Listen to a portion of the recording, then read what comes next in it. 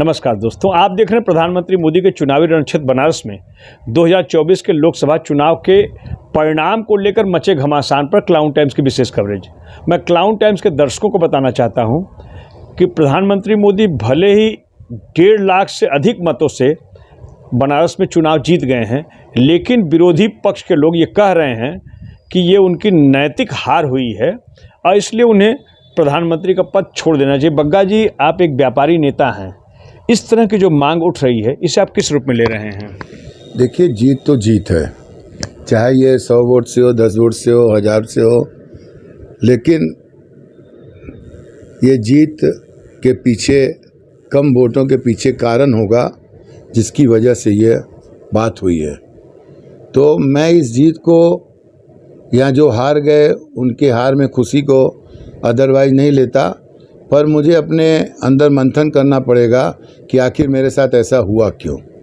कहीं ना कहीं जो है इनके साथ त्रिकोणात्मक तरीके से, चाहे वो प्रशासन हो, चाहे यहाँ के लोग हों, चाहे वर्ग हो, कहीं ना कहीं इनके साथ एक भीतरघात हुआ।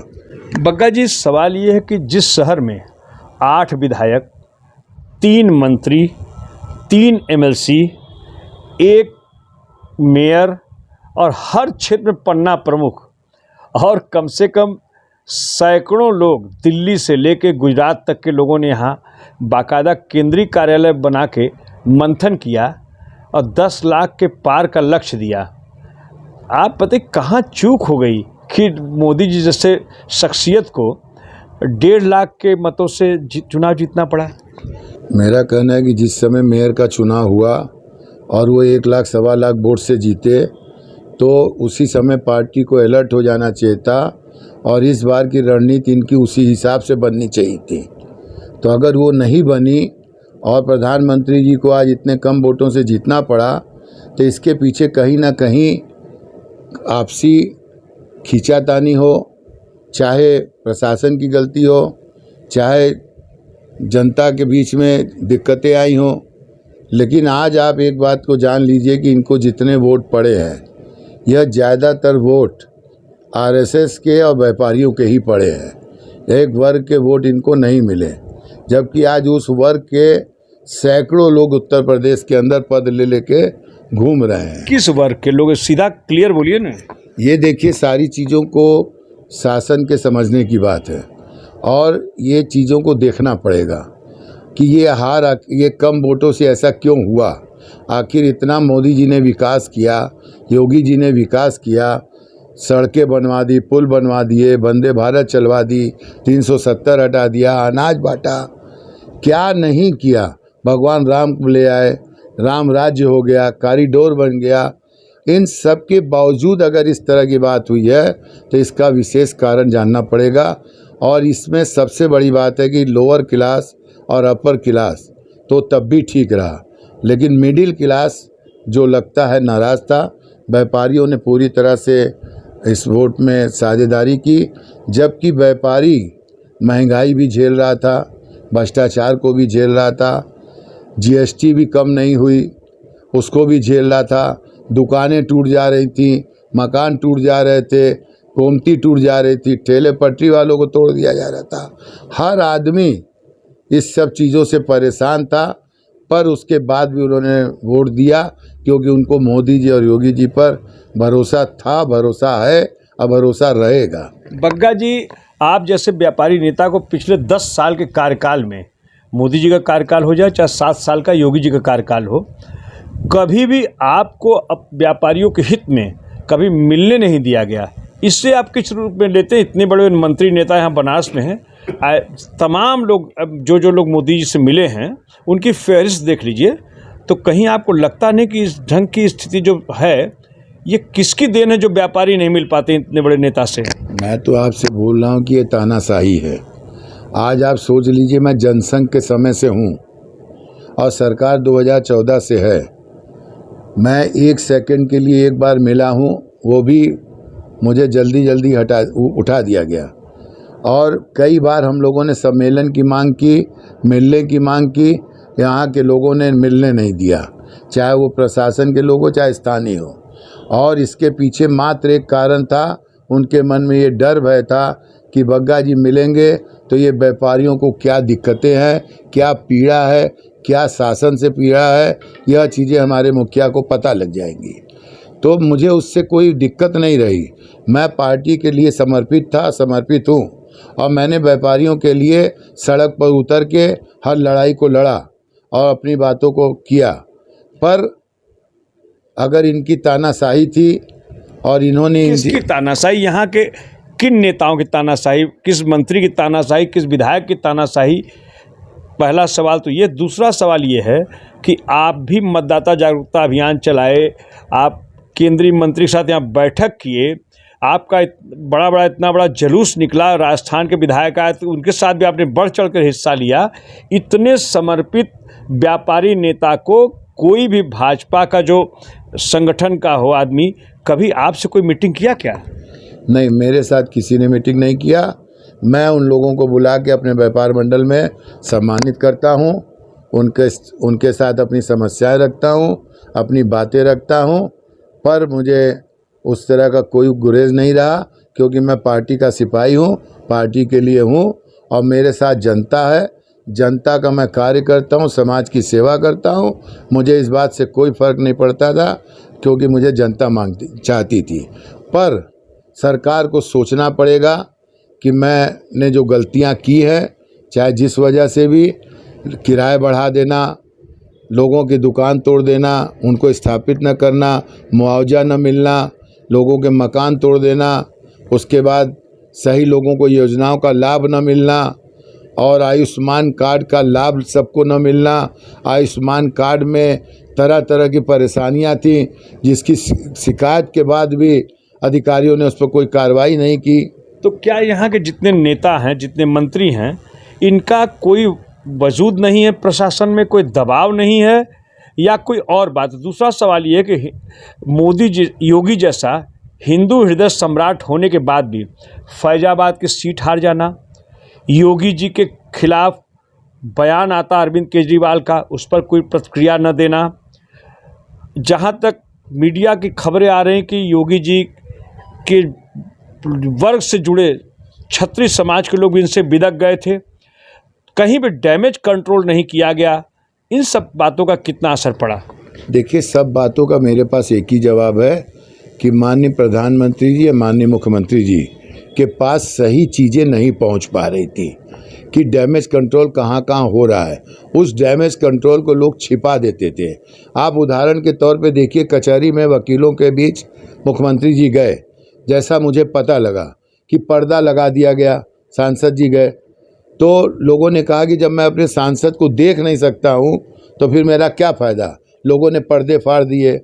तो आज हमारे प्रदेश का मुखिया, देश का मुखिया सरल होना चाहिए। कोई मिलना चाहे जा सकता है, जाना चाहिए। आप बताइए, चुनाव के समय में कितने ऐसे लोग मिले जो कुटीर उद्यमी थे, कुटीर व्यापारी थे, ठेला पटरी वाले थे, जो सही चीज़ें इनको बताते कि इनका दर्द क्या है। लेकिन यहाँ तो तानाशाही थी, तोड़ दो, मार के बंद करो, ये नहीं होना चाहिए। लोकतंत्र में आप धरना नहीं दे सकते, प्रदर्शन नहीं कर सकते, महिलाएं बच्चे अगर विरोध कर रहे तो पकड़ के खींच के बंद कर दो। तो कहीं ना कहीं इन सब चीज़ों का भी असर लोगों पर पड़ा है। लेकिन सनातन के लिए, विकास के लिए जो मुख्यमंत्री जी या योगी जी ने कर दिया या प्रधानमंत्री जी ने, यह कोई शासक ने न किया था न कर पाएगा। इसीलिए व्यापारी आज देश हित को देखते हुए इस बार बढ़ चढ़ के वोटिंग किया, जबकि और लोगों ने इस वोटिंग में सहयोग कम किया और लोगों का सहयोग भी कम रहा और कई तरह की शिकायतें लोगों को झेलनी भी पड़ी। पर सरकार को अब अच्छे लोगों को से बात करनी पड़ेगी। वो तो अपने संगठन के लोगों से बात करते हैं, पन्ना प्रमुख से बात करते हैं, अपने सांसद विधायक से बात करते हैं, उससे हट के क्यों नहीं बातचीत होती है? पुराने लोगों को इनको पूछना पड़ेगा। अब पुराने लोगों से बात करनी होगी और वॉशिंग मशीन के अंदर जिन लोगों को धो रहे हैं वो धोना बंद करना पड़ेगा। और ये बात तो मुझे याद आता है कि गलत है कि सही, कि माननीय अटल बिहारी जी ने भी कहा था कि जो शासक पुराने लोगों की अवहेलना करेगा उसको नुकसान पहुंचेगा। तो ये पुराने लोगों की अवहेलना करना भी उनको नुकसान है। और सबसे बड़ी चीज़ है कि आपके अंदर अगर कोई कमी है तो आपको मीटिंग में, सम्मेलन में उसको सुनना चाहिए। लेकिन अगर मीटिंगों में लोग आते भी हैं, मुख्यमंत्री के नीचे के लोग, तो वो विरोध नहीं सुनना चाहते, वो वाहवाही सुनना चाहते हैं। तो जब तक आपकी गलतियां आपको पता नहीं लगेंगी, आपका शासन सही नहीं चल सकता है। महेंद्र पांडे चुनाव हार गए चंदौली में, इतने बड़े नेता थे। नहीं, महेंद्र पांडे जी सरल थे, ईमानदार थे, अच्छे थे, पर जनता काम चाहती है। आप हर चीज़ में ना करते रहेंगे कोई भी नेता, तो वो दिक्कत आएगी। आपको जनता आपके पास गई है तो तत्काल अधिकारी से बात करके उसके ऊपर निर्णय होना चाहिए। अधिकारियों के ऊपर आपकी धमक होनी चाहिए। अधिकारी आपके ऊपर राज कर रहा है कि आप अधिकारी पर कर रहे हैं, ये दुनिया देख रही है। बनारस में इतने मंत्री, इतने नेता हैं, तो क्या इनकी भी हनक अधिकारियों पर नहीं है? नहीं, मैं इस बारे में कुछ कमेंट नहीं कर सकता। आप सारी चीज़ों को देख रहे हैं, इनकी हनक होगी, लेकिन आज हनक होती और सब चीज़ है तो आज ये वोटों की स्थिति क्यों होती? आज आप सारे क्षेत्र के वोट देख लीजिए, भाजपा जितने वोट पाती है बनारस में, इतने कहीं पाती है, लेकिन उसके बाद आखिर ये क्यों हुआ? अच्छा, तो कारण बेरोजगारी है ना? बेरोजगारी नहीं। और सुनिए, बेरोजगारी है, उसके बाद जो आरक्षण की मांग है उसको लेकर के इन्होंने बहुत कुछ किया है। और आप देखिए जिस तरह का आपका इनका कांग्रेस का जो घोषणा पत्र, उसमें इस तरह के मुद्दे उठाए गए। खटाखट 8,500 रुपये महीने का डालने की पूरी बात आ गई। ये सारे मुद्दे जो हुआ, ओबीसी वोट इनसे बिदक गया, बैकवर्ड बिदक गया, मुस्लिम इनके साथ पूरे एकजुट हो गए। ये सारी चीज़ें फैक्टर काम आया। देखिए, सारे फैक्टर काम आए, पर यह कहना कि इन्होंने राशन दिया, गैस दिया, शौचालय दिया, 2.5 लाख मकान बनाने के लिए दिया, लोगों के खाते में पैसे डाले, ऐसा नहीं है। काम जितना इन्होंने किया, बहुत किया, पर उस काम का सही तरीके से प्रयोग होना। बेरोज़गारी जहाँ की बात कर रहे हैं, इन्होंने इतनी योजनाएं दे दी हैं कि बेरोज़गारी ख़त्म हो जाती है, लेकिन वो योजनाएं लोगों को मिली नहीं, उसका सही तरह से उपयोग नहीं हुआ। भ्रष्टाचार में चढ़ गई वो, 20% 30% सब्सिडी को लोग खा जा रहे हैं। क्या कमीशन खोरी अभी भी योगी जी तो कहते हैं कि भ्रष्टाचार मुक्त प्रदेश हो गया है? मैं इस बात को मानने के लिए तैयार नहीं हूँ। मैं ये कह सकता हूँ कि हमारे माननीय मुख्यमंत्री जी, प्रधानमंत्री जी जीरो टॉलरेंस चाहते हैं, पर अभी जीरो टॉलरेंस की बात छोड़ दीजिए, भ्रष्टाचार बड़ा है और ये चीज़ें इन लोग के नज़र में भी हैं। आने वाले समय में हम लोग को विश्वास है कि ये जीरो टॉलरेंस करेंगे, पर अभी ये भ्रष्टाचार बड़ा है। खाने के सामानों पे टैक्स लग गया, प्रधानमंत्री जी कहा था हम जीएसटी कम करेंगे, वो नहीं किया, कफन पर टैक्स लगा हुआ है। ऐसे करके इतनी सारी चीज़ें हो गई। आप धीरे धीरे किसी कार्य को करिए, विकास होना चाहिए, सब चीज़ होना चाहिए, पर आप देश की जनता के हिसाब से चलिए। कपड़ा आदमी के शरीर के हिसाब से बनता है, न कि कपड़े के हिसाब से शरीर बनता है। नियम कानून बनने चाहिए, नियम कानून अप्लीकेबल होना चाहिए, लेकिन सीट पाते ही, पद पाते ही आप एकदम बेलगाम मत हो जाइए या एकदम धक्केशाही मत करने लगिए। माननीय मुख्यमंत्री जी और प्रधानमंत्री जी हर वर्ग का सम्मान करते हैं, हर वर्ग से मिलना चाहते हैं, हर वर्ग के पास जाएं, लेकिन जब उनके पास तक लोग जाने देंगे तब ना। तो मतलब आपके कहने मतलब सबको अहंकार था कि हम पद पे आ गए हैं, मंत्री हो गए, विधायक हो गए, नेता हो गए, तो हम लोग जो चाहेंगे पार्टी जीत जाएगी, जो चाहेंगे कह दें 10 लाख तो 10 लाख से जीत जाएगी, ऐसा हुआ है क्या? भाई देखिए, कहीं ना कहीं तो थोड़ा बहुत तो ये सब चीज़ों का था, सरल भी थे, सब थे, पर एक मन में था कि लोग कि 2047 तक जय श्री राम करते रहेंगे। राम का मंदिर बन गया, कॉरिडोर हो गया और सब कुछ बन गया, विकास हो गया, तो अब हम लोग 2047 तक जो चाहेंगे वो करेंगे। यूपी में इतनी बुरी हालत क्यों हो गई? यूपी में क्योंकि योगी जी के जो फैक्टर है, योगी जी का उपयोग नहीं कर पाई क्या सरकार योगी जी का उपयोग कर पाई, नहीं कर पाई? भाई अब देखिए, अगर आप इस तरह की बात करते हैं तो मुझे लगता है कि कहीं ना कहीं शीर्ष से उनको सपोर्ट उतना नहीं मिला। अब मैं तो ये सब चीज़ों को नहीं उतना जानता हूँ। अरे अमित शाह का बयान था कि आरएसएस की मुझे आवश्यकता नहीं है।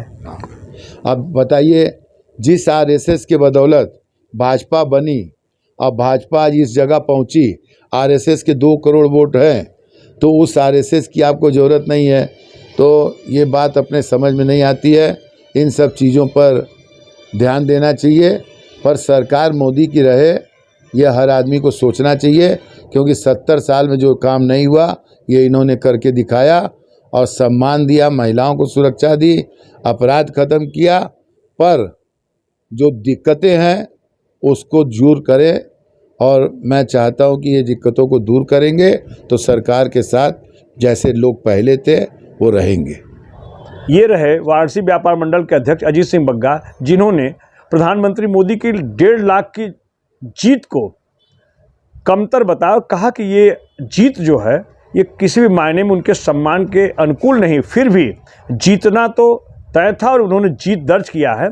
लेकिन जिन कारणों से उत्तर प्रदेश में इतनी बुरी हार हुई है भाजपा की, क्या क्या कमियां हैं, व्यापारियों को किस तरह की दिक्कतें हैं, सभी चीज़ों को इन्होंने तफसील से बताया। इनका ये भी सुझाव था कि जो भी बनारस के जनप्रतिनिधि हैं, मंत्री हैं, नेता हैं, कभी भी 10 साल के कार्यकाल में प्रधानमंत्री के और 7 साल के कार्यकाल में योगी जी से इन्हें मिलने नहीं दिया।